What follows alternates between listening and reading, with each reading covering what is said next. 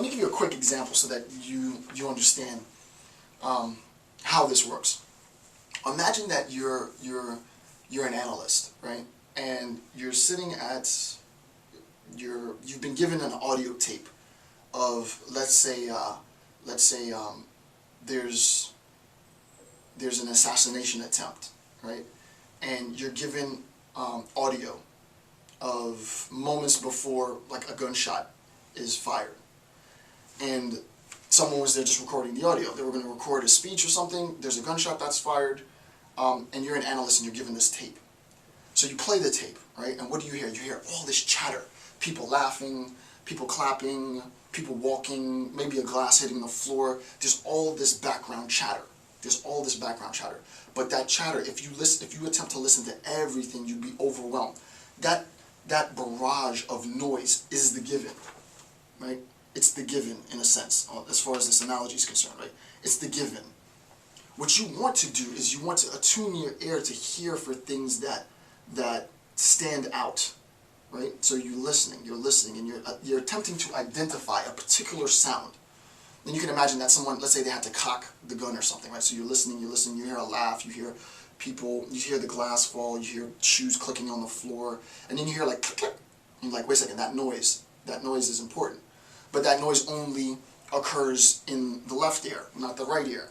And then you think to yourself, well, you can sort of sense directionality now, right? That noise, wherever the person was that was standing, whoever fired the shot must have fired it from that person's left, because I only hear it in my left ear and not my right ear. And now I'm starting to identify, and I'm starting to conceptualize, and I'm starting to bring together ideas, and now I'm forming this concept of where this person was, and I can go back to the person who had the tape, and where were you standing? I was standing here. The person must have been here. Look at the tape. Who was in that direction? And now we can identify them.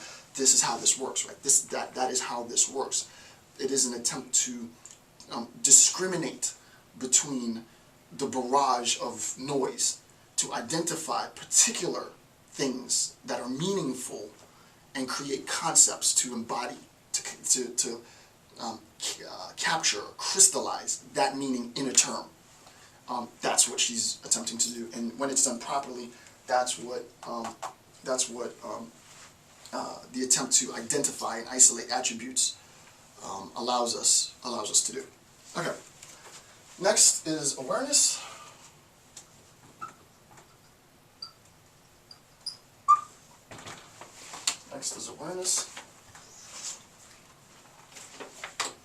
And in awareness, there are two forms of awareness, right? You can talk about, you can talk about perceptual awareness or conceptual awareness. Okay, so we have perceptual and conceptual.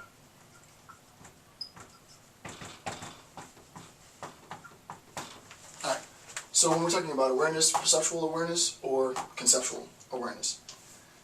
With respect to perceptual awareness is a non-cognitive awareness. It is the given. It is that background noise in my attempt to analyze the tape. It's all the static, all of the extra filaments. It's just like, all of that is a given. I'm looking at, my office is littered with art. I mean, I have art all over the walls, and it's a good distraction, right? So it's art.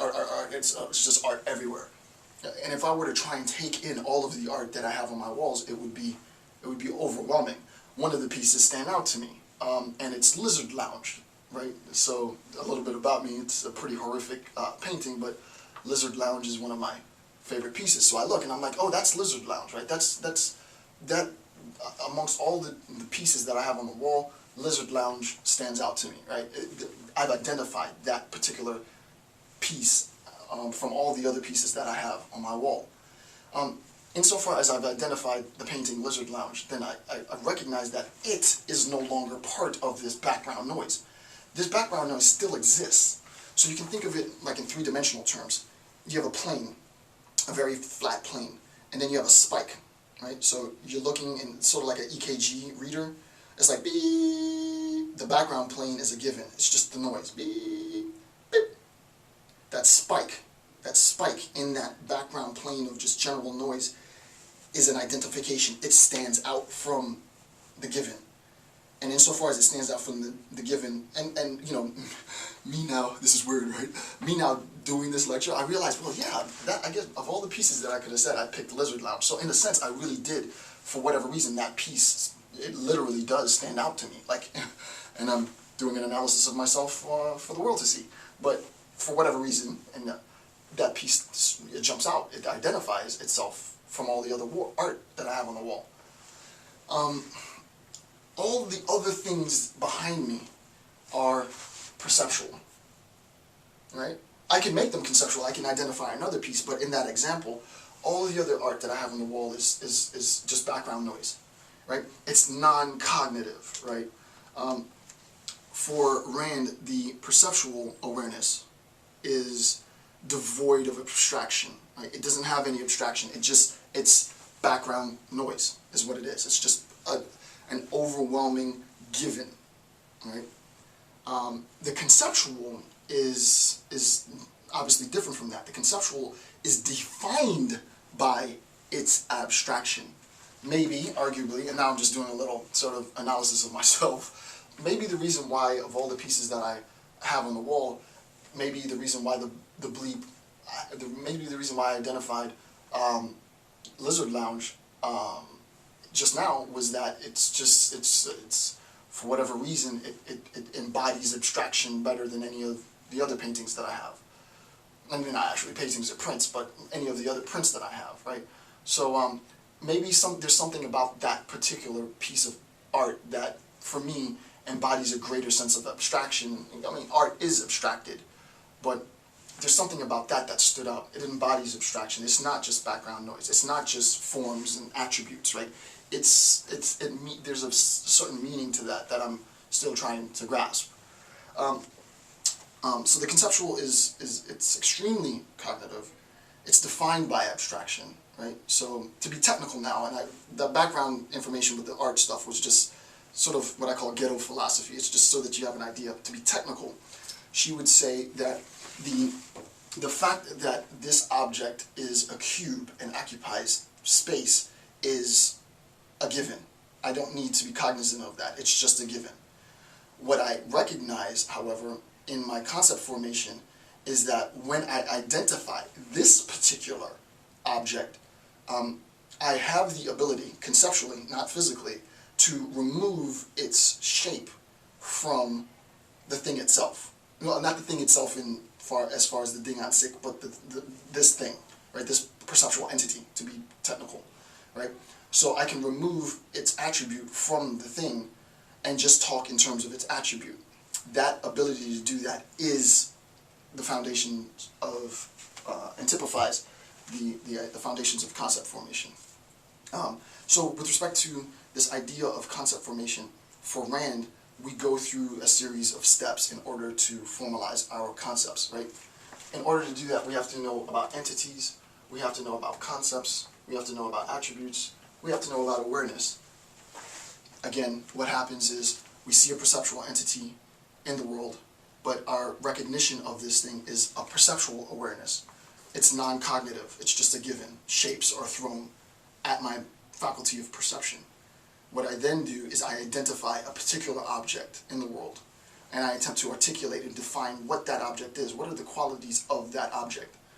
Insofar as I identify those qualities and those of the object, the attributes of the object, the measurability of the object, as Rand would say, there's no significance that I recognize a particular quantifiable measurement, only that it has some form of that attribute. Then I remove the attribute from the object itself, in this case shape or volume, and I can conceptualize, I can do something in my mind that I can't do in the real world. And what by the mind I mean sort of my biological, squishy, mind, not this immaterial, idealistic mind, like my physical structure of my brain, to be technical, has an ability that I can't reproduce in the world, which is the separation of the attribute from the perceptual entity. And then I can just talk about the attribute itself, right, and extrapolate to the point that I arrive at the greatest extrapolation, infinity, right? That's what she is discussing in Chapter 2. And that concludes my discussion of Chapter 2. Hopefully, I hope that I made her material less dense. It's extremely dense, and it only gets worse. Chapter 3 is horrifically dense, but hopefully it's more engaging. And basically all she's saying is that our mind has the ability to abstract, and our mind has the ability to form ideas. And what we'll see in chapter 3 is that the formation of these ideas is inextricably bound with our linguistic ability, right? And I'll give you some examples, and we'll discuss that in greater detail in the analysis of chapter 3.